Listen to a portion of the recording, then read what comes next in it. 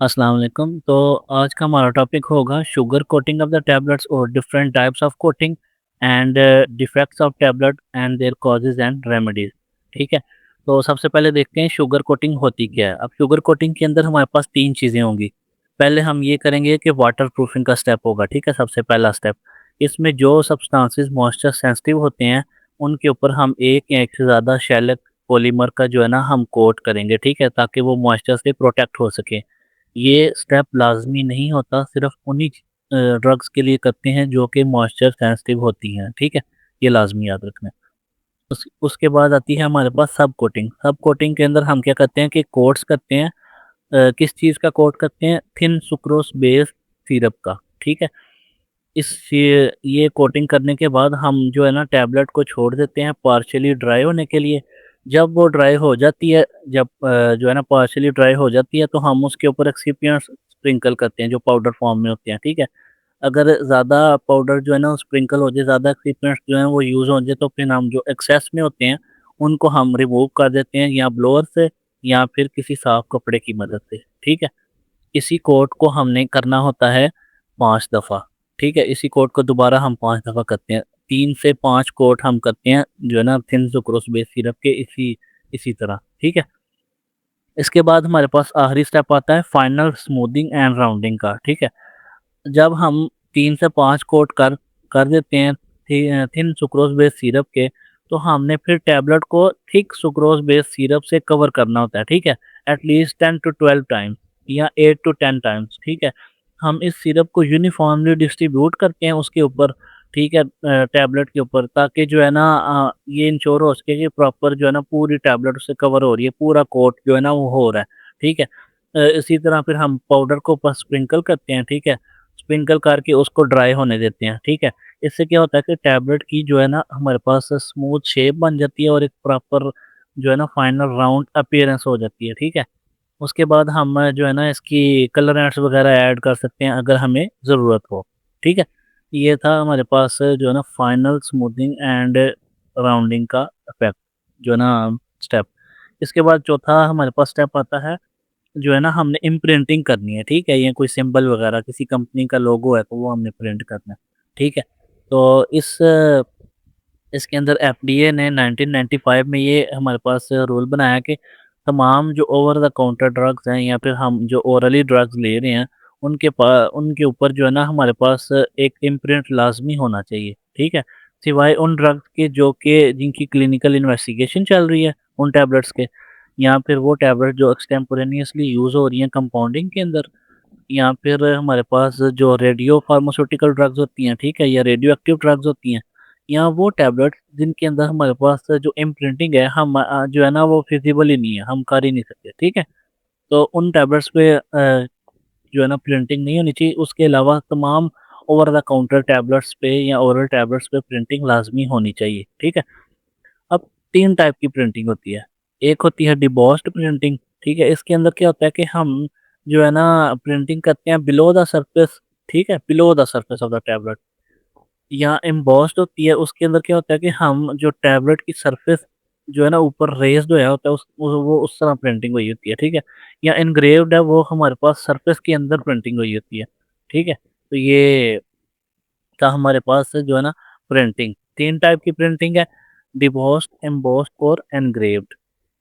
Printing करने के बाद हमने जो है ना पॉलिशिंग करनी है अब जो है ना टैबलेट की। पॉलिशिंग के हमारे पास 4 डिफरेंट मेथड्स हैं। या हम स्पेशल जो है ना ड्रम शेप पेन यूज़ कर सकते हैं या फिर उनको जो है ना डिफरेंट टम्बलर्स वगैरह में ऐड करके या वैक्स के साथ ऐड कर सकते हैं डायरेक्टली या फिर वैक्स लाइन क्लॉथ्स होते हैं हमारे पास टम्बलर के अंदर लगे हुए, तो उनके अंदर हम जो है ना उनको मिक्सिंग कर सकते हैं। या फिर सिंपल हम वैक्स का जो सॉल्यूशन है उसके ऊपर स्प्रे करेंगे तो उससे पॉलिश हो जाएँगी ड्रग, ठीक है? इसमें ज़्यादातर हमारे पास टाल्क यूज़ होता है जो कि कोट्स के दरमियान यूज़ होता है, हमारे पास लस्टर अपीयरेंस देने के लिए टैबलेट्स को, ठीक है? ये थी हमारे पास शुगर कोटिंग। शुगर कोटिंग में हमारे पास वाटर प्रूफिंग कर रहे थे, फिर सब कोटिंग, फिर फाइनल जो है ना राउंडिंग एंड सूथिंग। उसके बाद हम कलरेंट्स अगर हमने ऐड करने हैं तो वो कलरेंट्स ऐड करने के बाद हम उसकी इम्प्रिंटिंग करके, उसकी पॉलिशिंग करके तो वो टैबलेट हमारे पास तैयार हो जाती है, ठीक है? उसके बाद आती है फ़िल्म कोटिंग। फ़िल्म कोटिंग ज़्यादा रेजिस्टेंस होती है जो है ना शॉक से, जो है ना अगर हम देखें शुगर कोटिंग टैबलेट्स की जो है ना मुकाबले में। इसके इसके अंदर ये होता है कि एक थिन स्किन टाइट कोटिंग होती है, जो है ना फ़िल्म कोटिंग होती है, जो कि हम कंप्रेस टैबलेट के ऊपर जो है ना कोट करते हैं, ठीक है? ये इसलिए बनाई गई क्योंकि जो है ना हमारे पास जो टैबलेट है, ओरिजिनली जो टैबलेट है उसका जो सेम वेट, शेप और साइज़ जो है ना वो कंप्रेस टैबलेट जितना ही रहे, ठीक है? लेकिन हमारे पास इससे प्रोटेक्शन अच्छी होती है टैबलेट की जो है ना, ठीक है? और यहाँ पे हमने कोई मोनोग्राम टैबलेट का है तो उसको रिवील करना है तो वो फ़िल्म कोटिंग टैबलेट्स होती हैं इस तरह की, ठीक है? या फिर हमारे पास इसको हम कलर भी कर सकते हैं ताकि जो है ना टैबलेट हमारे पास अट्रैक्टिव दिखे और जो है ना एक प्रॉपर उसकी फ़ॉर्म, शेप नज़र आए, ठीक है? इसके अंदर 2 टाइप के सॉल्यूशंस यूज़ होते हैं हमारे पास, नॉन एक्वस और एक्वस। एक्वस सॉल्यूशंस के अंदर जो फ़िल्म कोटिंग के लिए यूज़ होते हैं, उसमें फ़िल्म फ़ॉर्मिंग पॉलीमर आ जाता है जो कि फ़िल्म की फ़ॉर्मेशन करता है। वही कला आ जाती है जिसके अंदर हम जो है ना जो टैबलेट को बना रही होती है, ठीक है? उसके बाद प्लास्टिसाइज़र आ जाता है, जो प्लास्टिसिटी को मेंटेन रखता है और कलरेंट्स आ जाते हैं, ठीक है? उसके बाद नॉन एक्वस सॉल्यूशंस है, उसके अंदर फ़िल्म फ़ॉर्मिंग सब्सटेंसेस आ जाते हैं जैसे सेलुलोज़, एसीटेट या अलोइंग सब्सटेंसेस आ जाते हैं जो कि हमारे पास परमेबिलिटी जो मतलब ड्रग फ्लूइड्स हैं मतलब बॉडी के फ्लूइड्स हैं, वो इंश्योर करते हैं कि वो प्रॉपर टैबलेट के अंदर पेनिट्रेट करें, ठीक है? उसके बाद हमारे पास आ जाते हैं कलरेंट्स या प्लास्टिसाइज़र और ग्लॉसेंट जो ग्लॉसी अपीयरेंस देते हैं या स्वीटनर जो हैं, वो हमारे पास स्वीट टेस्ट देते हैं टैबलेट्स को फ़िल्म कोटिंग के अंदर, ठीक है? उसके बाद अगर हम देखें तो आ जाता है एंटेरिक कोटिंग। अच्छा फ़िल्म कोटिंग के अंदर 2 चीज़ें मेन याद रखनी है एक्वस और नॉन एक्वस सॉल्यूशन, ठीक है? और ये इसलिए बनाई जाती है ताकि जो है ना ज़्यादा रेजिस्टेंस हो और या फिर हमने कोई मोनोग्राम और जो है ना रिवील करना हो तो इस वजह से, ठीक है?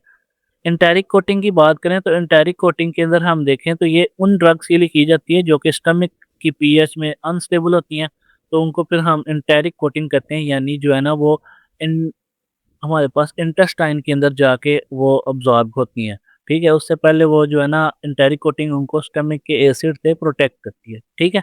तो ये इसलिए बनाई जाती है। इसके अंदर हम जो है ना अ, थिक कोटिंग अप्लाई करते हैं या फिर थिन कोटिंग भी अप्लाई कर सकते हैं डिपेंडिंग अपॉन द जो है ना हम अपनी फ़ॉर्मूलेशन को देखते हुए, ठीक है?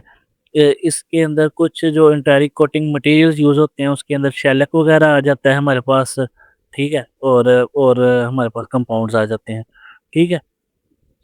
अच्छा ये था एंटेरिक कोटिंग हमने 3 तरह की कोटिंग पढ़ी है शुगर कोटिंग, फ़िल्म कोटिंग और एंटेरिक कोटिंग। उसके बाद अगर हम देखें तो टैबलेट्स के जो है ना डिफ़ेक्ट, उनकी कॉज़ेज़ और रेमेडीज़, ठीक है? इस मतलब टैबलेट्स जब हम बनाते हैं तो हमें किस किस तरह के मसले आते हैं, किस वजह से आते हैं और उनका हम जो है ना हल क्या कर सकते हैं इंडस्ट्री के अंदर, ठीक है? सबसे पहला मसला जो आता है वो कैपिंग का मसला होता है, ठीक है? कैपिंग में ये होता है कि हमारे पास जो टैबलेट है उसकी ऊपर वाली जो लेयर है वो पूरी सेपरेट हो जाती है, ठीक है? ये क्यों होता है? क्योंकि हमारे पास ये ग्रैन्यूल्स के अंदर काफ़ी ज़्यादा एयर इंट्रैप हो सकती है।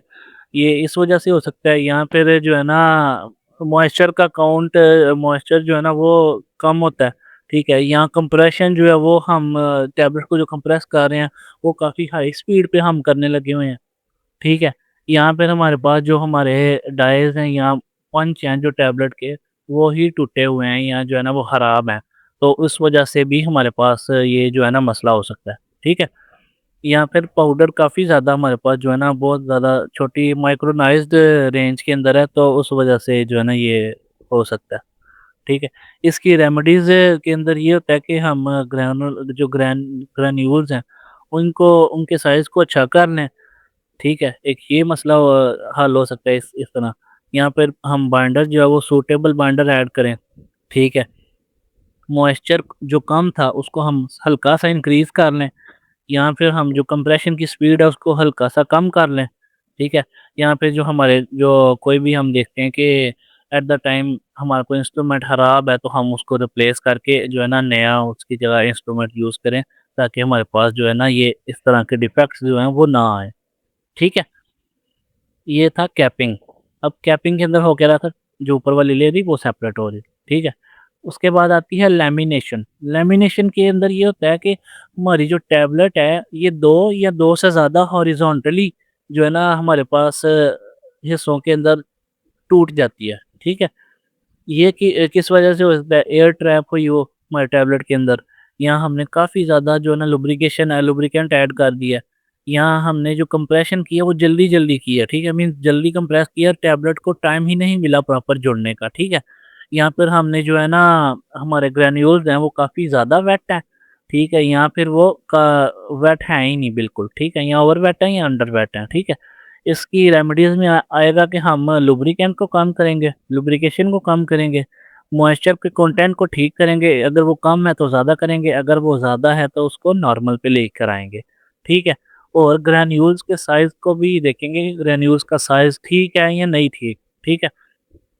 और हम जो हमारी मशीन है, कंप्रेशन मशीन है, उसको हम देखेंगे, उसकी कंप्रेशन की जो स्पीड है, उसको हम कम करेंगे ताकि टैबलेट को प्रॉपर टाइम मिले, जो है ना बाइंड होने का, और जो है ना वो लैमिनेशन का फिनोमेना अकर ना हो इन द फर्स्ट प्लेस, ठीक है? उसके बाद आती है क्रैकिंग। अब जैसे क्रैकिंग में आप ये देखें, ये पिक्चर मैंने ऐड की हुई है, ठीक है? अब इस पिक्चर में नज़र आ रहा है कि जो हमारे पास छोटी-छोटी लाइन्स और क्रैक अपीयर हो गए हैं, जो है ना टैबलेट के सेंट्रल सरफेस में, ठीक है? अपर सेंट्रल सरफेस में, तो ये होती है क्रैकिंग। इसमें ये किस वजह से हो सकती है? हमारे पास ग्रैन्यूल्स काफ़ी बड़े हैं या काफ़ी ड्राई हैं, या फिर हमारे पास जब कंप्रेशन जब हमने की है, तो जो टैबलेट ने एक्सपैंड करना होता है, उसका काफ़ी जो है ना स्ट्रेस पड़ रहा है टैबलेट के ऊपर कंप्रेशन के बाद, ठीक है? तो उस वजह से भी। यहाँ पे हमारे पास वही है कि हम रैपिड डिकम्प्रेशन कर रहे हैं, कि बहुत जल्दी-जल्दी हम डिकम्प्रेस कर रहे हैं टैबलेट को, उसको टाइम नहीं मिल रहा उसको, ठीक है? मीन्स उसको जो है ना फैलने का जो है ना वो टाइम ही नहीं सही तरह मिल रहा, ठीक है? रेमेडीज़ में यही है कि हम ग्रैनुलेशन को अच्छी करेंगे, हमारी ग्रैन्यूल्स जो हैं वो सही होने चाहिए ताकि हमारे पास जो टैबलेट है वो ठीक बन सके, ठीक है? यहाँ हम जो हमारा बाइंडर है, वो मॉइस्चर है, उसके कंटेंट को इंक्रीज़ करेंगे, और कंप्रेशन की जो फ़ोर्स है उसका भी ध्यान रखेंगे कि भई वो फ़ोर्स ज़्यादा तो नहीं है, ज़्यादा फ़ोर्स होने की वजह से भी क्रैकिंग हो सकती है, ठीक है? क्रैक आ सकता है, ठीक है? जब ज़्यादा उस पे प्रेशर पड़ेगा तो वो क्रैक कर जाएगी। उसके बाद आती है चिपिंग। अब चिपिंग के अंदर ये होता है कि हमारे पास जो छोटे-छोटे पीसेज़ हैं टैबलेट्स के ना, वो साइड से जो है ना अ, एजेस से वो टूट के जो है ना अलग हो जाते हैं, ठीक है?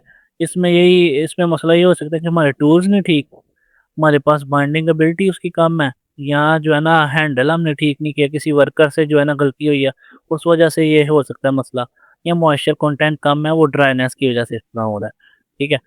इसमें हल फिर हमने ये ढूँढा कि हम इसमें जो है ना पंचेज़ और डाइज़ वगैरह प्लेस करके देखी तो अच्छा रिज़ल्ट आया, या बाइंडर ऐड किया तब अच्छा रिज़ल्ट आया, और मॉइस्चर का कंटेंट हमने ठीक किया तो हमारे पास जो है ना काफ़ी अच्छे रिज़ल्ट आए, और टैबलेट जो है ना वो में ये डिफ़ेक्ट ख़त्म हो गया, ठीक है?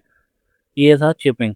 अभी तक हमने जो है ना 4 पढ़े हैं जो डिफ़ेक्ट्स। सबसे पहला हमने पढ़ा है जो है ना कैपिंग, उसके बाद लैमिनेशन, लैमिनेशन के बाद जो है ना हमने पढ़ा है क्रैकिंग, और क्रैकिंग के बाद चिपिंग। अब चिपिंग के बाद हमारे पास आता है पिकिंग। पिकिंग का फिनोमेना ये होता है कि हमारे पास जो टैबलेट का मटेरियल है, टैबलेट जब हमने पंच किया डाई के अंदर, तो टैबलेट जो उसका जो पार्ट है, मटेरियल है, वो ना हमारे पास अब फॉर एग्ज़ाम्पल हमने पंच के अंदर हमारे पास लोगो भी होगा, हम प्रिंटिंग जिससे हम प्रिंट कर रहे हैं। फॉर एग्ज़ाम्पल गेट्स की हमारे पास टैबलेट है, तो गेट्स का लोगो होता है जी, या गेट्स का वो प्रॉपर उन्होंने लिखा होता है। तो वो हमारे पास टैबलेट का जो मटेरियल है, वो उस डाई के अंदर थोड़ा-सा रह गया। उस वजह से वो मटेरियल उधर रह जाएगा, और टैबलेट जब हम पंच होके वापस आएगी, ठीक है, कन्वेयर बेल्ट पे, तो टैबलेट जो है वो उसका जो थोड़ा-सा पोर्शन है, वो उतरा होगा, ठीक है? तो ये जो है ना इसका प्रॉपर एक मार्क छूट जाता है इस चीज़ का ना, तो ये हमें नज़र आ जाता है कि हमें पता चलता है कि पिकिंग हुई है, जो है ना कोई थोड़ा मटेरियल जो है ना डाई के अंदर रह गया, या लोगो में या किसी लेटर, किसी डिज़ाइन के अंदर फँस गया, ठीक है? इस इसकी वजह ये हो सकती है कि हमारे पास ग्रैन्यूल्स हैं जो वो काफ़ी स्टिकी हैं, या मॉइस्चर का कंटेंट काफ़ी ज़्यादा है, ठीक है? या फिर हमारे पास हमारे जो पंचेज़ हैं वो मसला करने लगे हुए हैं, ठीक है? इसमें हम फिर क्या करेंगे कि हम एंटी एडहेरेंट जो है ना वो केमिकल ऐड करेंगे, जिसमें टॉल कहा जाता है। मॉइस्चर का कंटेंट कम करेंगे, और जो है ना पंचेज़ हैं उनको पॉलिश करेंगे ताकि ये फिनोमेना ना हो, ठीक है? उसके बाद आता है स्टिकिंग का फिनोमेना। स्टिकिंग के अंदर है ये होता है कि जो वो ग्रैन्यूल्स हैं, वो जो पंच होता है उसके फ्लैट सरफेस पे जो है ना अटैच हो जाते हैं। हमारे पास पिकिंग के अंदर ये हो रहा था कि वो लोगो लेटर्स के साथ अटैच हो रहे थे और स्टिकिंग के अंदर है कि वो फ्लैट सरफेस के ऊपर अटैच हो रहे हैं, ठीक है? इसमें इसमें भी मसले वही होंगे कि मॉइस्चर ज़्यादा है या कुछ ड्रग्स होते हैं जिनका लो मेल्टिंग पॉइंट होता है, तो वो जो है ना जब हम उनको कंप्रेस करते हैं तो ज़ाहिर-सी बात है हीट जनरेट होती है, तो वो फिर उस वजह से मेल्ट होके उस अटैच हो जाती हैं। यहाँ लुब्रिकेशन जो है ना वो कम है।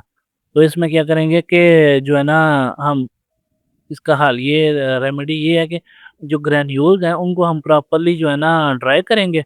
ड्राई करके हम ग्लाइडेंट लुब्रिकेंट ऐड करेंगे और हल्की-सी हार्डनेस जो है ना इंक्रीज़ करेंगे टैबलेट की ताकि जो है ना वो ऐसे ना जो है ना हो हमारे पास, ठीक है? उसके बाद हमारे पास लास्ट है मॉटलिंग। मॉटलिंग के अंदर हमारे पास कलर का मसला आ रहा होता है। ये उन कलर जो है ना ये इस वज़ह से आ रहा था कि हमारे पास जो है ना हमने डाई जो है वो उसको एक जगह से दूसरी जगह ट्रांसफ़र किया था उस वज़ह से, ठीक है? या फिर हमारे पास जो हाई सेंसिटिव कलर्स होते हैं वो ये मसला करते हैं, ठीक है? यहाँ पे ड्राइंग प्रॉपर नहीं हुई, कलर पूरा ड्राई नहीं होया, ठीक है? तो उस वज़ह से भी जो है ना अनइवन कलर डिस्ट्रीब्यूशन हो सकती है। मीन्स फॉर एग्ज़ाम्पल फ्लैजेल टैबलेट है तो वो येलो कलर की होती है, तो वो येलो की बजाय हमारे पास जो है ना आधी व्हाइट हो जाएगी या आधी येलो, ठीक है? इस तरह। और उसके साथ हमारे पास जो बाइंडर है उसकी उसकी और कलर की एफिनिटी नहीं है एक-दूसरे के लिए, तो ये इनकम्पैटिबिलिटी होगी ना उन दोनों की, तो उस वजह से भी हो सकता है, ठीक है? हल ये होगा कि हम इसमें इनसॉल्युबल पिगमेंट्स वगैरह ऐड करेंगे या हम जो है ना ड्राइंग को इम्प्रूव करेंगे और हम प्रॉपर बाइंडर यूज़ करेंगे जो कलर के साथ कंपैटिबल हो, ठीक है? तो ये डिफरेंट तरह के मसले आ रहे होते हैं हमारे पास जो है ना टैबलेट के, तो हमने इनको देखना होता है। ज़्यादातर मसले हमारे पास हमने देखा है किस वजह से आ रहे हैं कि हमारे पास जो है ना मॉइस्चर का कंटेंट कम है, कंप्रेशन की स्पीड हमारे पास जो ज़्यादा है, कंप्रेशन की स्पीड ज़्यादा है तो उस वजह से यहाँ पे हमारे पास कंप्रेशन की फ़ोर्स ज़्यादा है, उस वजह से यहाँ पे हमारे पास ड्राइंग नहीं प्रॉपर हुई, यहाँ फिर हमारे पास जो हमने जो डाई है उसको माइग्रेट किया है तो उस वजह से भी हमारे पास जो है ना मॉटलिंग का फिनोमेना अकर हो रहा होता है, ठीक है? तो आपको जब भी एग्ज़ाम के अंदर क्वेश्चन आए ये स्पेसिफिकली टैबलेट के डिफेक्ट्स वाला तो आपने इस तरह इसको करके लिखना है। इसका अगर आप टेबल बना के एक जो है ना 3 कॉलम वाला टेबल बना के एक तरफ हम आप लिखें डिफेक्ट, फिर कॉज़ और एक तरफ रेमेडीज़। तो ये इस तरह आप लिखोगे तो आपको जो है ना मैक्सिमम नंबर इस क्वेश्चन में से मिल सकते हैं, ठीक है? और जो हमारे पास जो पहला क्वेश्चन है शुगर कोटिंग वाला, ये काफ़ी इम्पोर्टेंट क्वेश्चन है, तो ये आप जो है ना लाज़मी आप इसको करो और ये पास पेपर के अंदर अगर हम देखें पंजाब यूनिवर्सिटी या यूनिवर्सिटी ऑफ सरगोधा में, तो ये काफ़ी ज़्यादा रिपीटेड क्वेश्चन है। तो ये काफ़ी ज़्यादा इम्पोर्टेंट क्वेश्चन है और इस पे जो है ना आपकी ग्रिप लाज़मी होनी चाहिए, ठीक है?